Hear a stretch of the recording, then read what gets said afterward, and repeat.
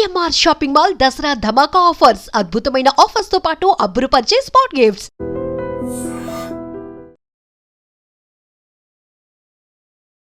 Hi guys, welcome to iDream. నేను మీ Chanakya. Guys, మరి ఈ దసరాకి రిలీజ్ అవ్వబోతున్న సినిమాలలో one of the most anticipated movie, అది కూడా కన్నడ నుంచి వస్తూ ఉన్న కాంతారా చాప్టర్ 1. మరి ఆల్రెడీ మనం కాంతారా చూసాము. మరి ఆ కాంతారా మూవీ అయితే మనకి ఎలాంటి పూనకాలు తెప్పించిందో కూడా తెలుసు. సో సుమారు దరిదాపు ఒక 20 crores మరి ఆ బడ్జెట్తో వచ్చిన మూవీ టోటల్ ఓవరాల్గా 400+ crores కలెక్షన్ చేసిందంటేనే ఆ మూవీ యొక్క సత్తా ఏంటో తెలుసు. మరి అయితే ఆ మూవీ యొక్క ప్రీక్వెల్ అనేది కూడా మనం చూడబోతున్నాము. ట్రైలర్ రిలీజ్ అయింది కాబట్టి మరి ఆ ట్రైలర్ రియాక్షన్ కానీ అంటే దాంతోపాటు కూడా ట్రైలర్ ఎలా ఉంది ఏంటి అని చెప్పడానికి ఇప్పుడు మనతో పాటు కూడా ఉన్నారు సీనియర్ ఫిలిం క్రిటిక్ అయిన మన ధీరజ్ అప్పార్జీ గారు. మరి సార్తో మాట్లాడదాం. Hi sir. Kantara chapter 1 the legend, ఇంతకు ట్రైలర్ ఎలా ఉంది సార్? అంటే ఒక సింగిల్ వర్డ్లో చెప్పాలంటే ఎక్స్ట్రాడనరీగా ఉందని చెప్పాలి. ఏదైతే కాంతారా సినిమా వచ్చిన క్రేజ్, దీని ఇంకా ఈ అంచనాలు, కాంతారా సినిమా అంత పెద్ద విజయం సాధించడం వల్ల ఈ సినిమా పట్ల ఏర్పడినటువంటి అంచనాలు మరింత పెరిగేలాగా ఈ సినిమా ఉంది. ఒక రేంజ్లో ఉందని చెప్పొచ్చు. ఎక్స్ట్రాడనరీగా ఉంది. అంటే కాంతారా విషయానికి వచ్చేటప్పటికి అది ఒక పల్లెటూరులో జరుగుతూ ఉంది అండ్ అది కూడా కొంచెం లిమిటెడ్ అనిపిస్తుంది. కానీ ఈ మూవీ విషయానికి వచ్చేటప్పటికి ఆ సక్సెస్ చూసుకొని కూడా సుమారు 100 కోట్ల వరకు ఖర్చు పెట్టి కొంచెం లావిష్గా కూడా తీసుకెళ్ళాను. మరి అది ఎలా కనిపిస్తుంది ప్రొడక్షన్ వైజ్? కానీ అంటే నువ్వు అన్నట్టు పరిమిత బడ్జెట్లోనే అంత అద్భుతమైనటువంటి అవుట్పుట్ తీసుకొచ్చినటువంటి రిషబ్ శెట్టి ఈ సినిమాతో విశ్వరూపం చూపిస్తాడని మనం ఖచ్చితంగా చెప్పొచ్చు. అంటే బడ్జెట్ పరంగానే కాదు, ఇది ఏదైతే ఈ సినిమా కాంతారా సినిమా మొత్తం పాన్ ఇండియా రేంజ్లో దాదాపుగా 400 కోట్లు కలెక్ట్ చేసి విపరీతమైనటువంటి అంచనాలు పెంచడం వల్ల ఈ సినిమా గురించి ఇంకా ఎక్కువ శ్రద్ధ తీసుకొని అతను ఈ సినిమాని అత్యద్భుతంగా రూపొందించాడని మనకి ట్రైలర్ని బట్టి తెలుస్తుంది. అంటే ఇప్పుడు కన్నడ సినిమా కేజీఎఫ్ తర్వాత నుంచి మొత్తం ఈక్వేషన్స్ మారిపోయినాయి. అంతకుముందు కన్నడ సినిమా అంటే ఏదో ఒక చిన్న ఇండస్ట్రీ అనే ఒక ఇది ఉంటుంది. అంటే క్రీస్తు పూర్వం క్రీస్తు శకం లాగా కేజీఎఫ్కి ముందు కేజీఎఫ్ తర్వాత అన్నట్టు అయిపోయింది. ముఖ్యంగా ఈ కేజీఎఫ్ కానీ కాంతారా సినిమాను ప్రొడ్యూస్ చేసినటువంటి హోంబలే ఫిలిమ్స్ నాకు తెలిసి ఇండియాలోనే one of the most successful banners అని చెప్పొచ్చు.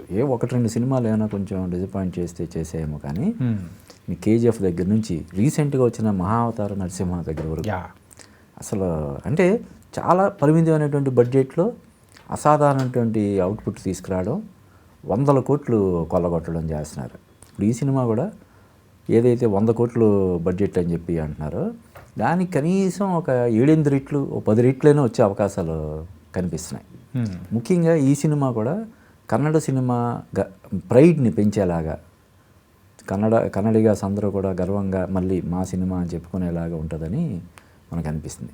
అంతకుముందు చాణక్య మనం సరదాగా చెప్పుకుంటే ఒకప్పుడు కన్నడ సినిమాలు అంటే అక్కడ ఎంత పెద్ద హిట్ అయినా కూడా తెలుగులో డబ్బింగ్ చేసినా రీమేక్ చేసినా ఫ్లాప్ అయ్యేవి. ఎందుకు ఆ సెన్సిబిలిటీస్ కానీ లేకపోతే ఇది ఆ నెగిటివిటీ ఇక్కడ ఎక్కేది కాదు.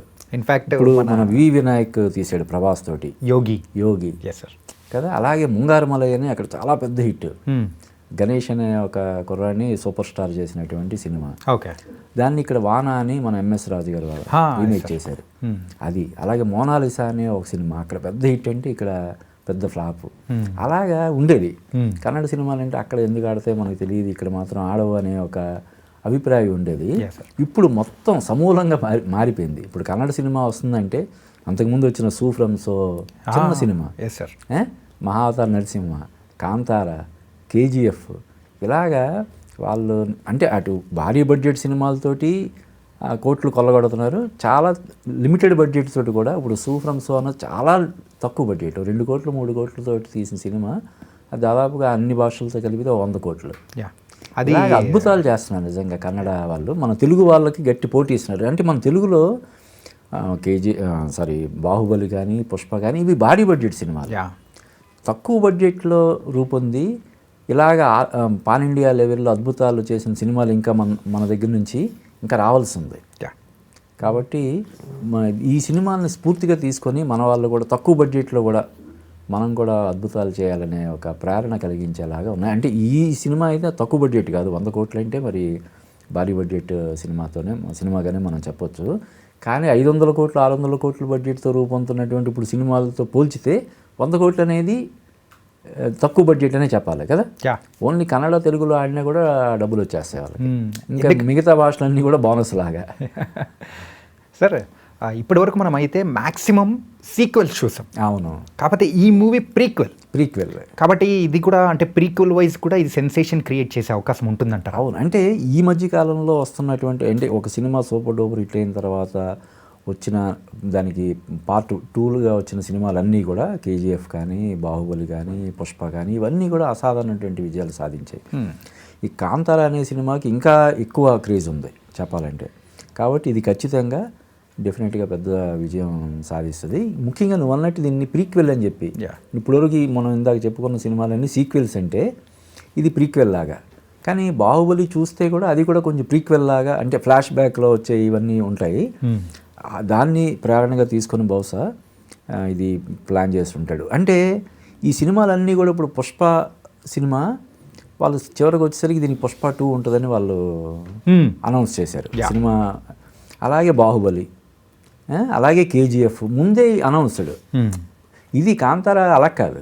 సినిమా వచ్చిన తర్వాత సూపర్ డూపర్ హిట్ అయిపోయిన తర్వాత వాళ్ళు కూడా ఎక్స్పెక్ట్ చేసి ఉంటారు. ఎందుకంటే ఆ సినిమాని చాలా నామినల్ రేటుకి శాటిలైట్ రైట్స్ అమ్మారని అప్పుడు చెప్పుకున్నారు. కాబట్టి ఈ సినిమా సీక్వెల్ చేయాలని ఆలోచనే లేదు వాళ్ళకి. సినిమా చాలా పెద్ద హిట్ అయ్యి వాళ్ళే ఆశ్చర్యపోయి ఏంట్రా ఈ కలెక్షన్స్ అని చెప్పి అప్పుడు అసలు దీనికి ప్రీక్వెల్ తీస్తే ఎలా ఉంటుంది అనే ఒక ఆలోచనతో తెరకెక్కించినటువంటి సినిమా. ఇప్పుడు రిషబ్ శెట్టి అనేవాడు మంచి ఇదే అయిపోయాడు, ఒక బ్రాండ్ దీనిలాగా అయిపోయింది కదా. ఈవెన్ నేషనల్ అవార్డు అనేది కూడా వచ్చింది కాబట్టి వచ్చింది. ఇప్పుడు హనుమంతుడిగా చేస్తున్నాడని చెప్పి ఒక న్యూస్ ఉంది. అలాగే మన ఎన్టీఆర్ సినిమాలో కూడా స్క్రీన్ షేర్ చేసుకుంటున్నాడని ఉంది. అలాగే ఈ సినిమాకి అన్నిటికీ చాలా పాజిటివ్ ఉన్నాయి. ముఖ్యంగా హోంబలే ఫిల్మ్స్ నుంచి వస్తుందంటే ఇప్పుడు అందరూ ఫిక్స్ అయిపోతున్నారు. ఈ బ్యానర్ నుంచి ఒక సినిమా వస్తుందంటే డెఫినెట్గా మనం హ్యాపీగా వెళ్ళి థియేటర్కి సినిమా చూసేయచ్చు అనే ఒక నమ్మకంతో ఉన్నారు. కాబట్టి డెఫినెట్గా ఈ కాంతార అద్భుతాలు సృష్టిస్తుందని మనం చెప్పవచ్చు. ఓవరాల్గా ట్రైలర్ కానీ సో అందులో యాక్టర్స్ అందరినీ చూస్తూ ఉంటే సో ఇన్ఫ్యాక్ట్ ఇంకొంచెం పాతకాలానికి వెళ్ళిపోయారు. అంటే ఆ మూవీ ఏంటంటే 1950s ఆ టైంలో జరిగేటట్టు తీశారు. మరి ఈ మూవీ అయితే రాజుల కాలానికి వెళ్ళిపోయారు. ఈ రాజుల కాలంలో మరి ఆ సంగతులు కానీ ఎన్ని చూడ్డానికైనా కానీ సో ఇప్పుడు ప్రెజెంట్ ఉన్న వాళ్ళు ఇంట్రెస్ట్ చూపిస్తారా? కాదు, అటువంటి వాటికి ఎక్కువ ఆదరణ ఉంటుంది కదా. ఇప్పుడు ఏదైతే ఫిక్షనల్గా దీన్ని చేస్తున్నారో ఆ తరహా సబ్జెక్టులనే ఇప్పుడు ఆడియన్స్ బ్రహ్మాండంగా హక్కును చేర్చుకుంటున్నారన్న అంటారు చూడు, అలాగా. ఇప్పుడు మహావతార నరసింహ బెస్ట్ ఎగ్జాంపుల్ కదా. వీటికి అంటే ఇవన్నీ రొటీన్గా చూసి అంటే ఈ పిజ్జాలు బర్గర్లు తిని చక్కగా మంచి పులిహోర లేకపోతే మంచి మన తెలుగింటి భోజనం పెడితే ఎలాగైతే ఆవురావురమని తింటారో అలాగా రొటీన్ రొడ్డగొట్టుడు సినిమాలు చూసి ఈ సినిమాలు ఈ తరహా ఈ జోనర్లో వచ్చే సినిమాలకి బ్రహ్మరథం పడుతున్నారు మన తెలుగు వాళ్ళు. కన్నడనే కాదు, మొత్తం దేశం మొత్తం అలాగే ఉంది కదా. ఇప్పుడు అంటే రీసెంట్గా వచ్చిన మిరాయి కానీ అంతకుముందు హనుమాన్ కానీ కార్తికేయ కానీ ఏవైతే కొంచెం ఆ జోనర్లో ఉంటున్నాయో వాటిని ఎక్కువగా ఆదరిస్తున్నారు. అంటే ఫ్యాంటసీ మూవీస్కి ఆదరణ అనేది పెరిగింది ఉంది. అంటే ఇప్పుడు ఈ ఓటీటీ అది వచ్చిన తర్వాత మామూలు ఎంటర్టైనర్స్, ఫ్యామిలీ ఎంటర్టైనర్స్ లేదంటే ఫ్యామిలీ డ్రామాలు హ్యాపీగా టీవీలో చూసుకోవచ్చు, ఎందుకు థియేటర్కి వెళ్ళడం అని చెప్పి అనుకుంటున్నారు.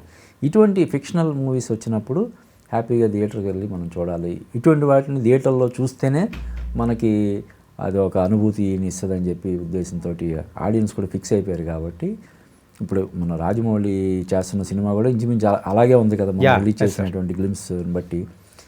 ఆ తరహా సినిమాలకి ఎక్కువ ఆదరణ ఉందని చెప్పి మనం చెప్పొచ్చు ఖచ్చితంగా. కానీ ఈ ట్రైలర్ చూసిన తర్వాత పర్సనల్గా నాకేమనిపించింది అంటే సార్, కాంతారా మూవీలో లాస్ట్ ½ అన్ అవర్ ఉన్నట్టు ఆ సీక్వెన్స్ ఏదన్నా ఒక్కటి పడితే పూనకాలు వస్తాయేమో అనిపించింది.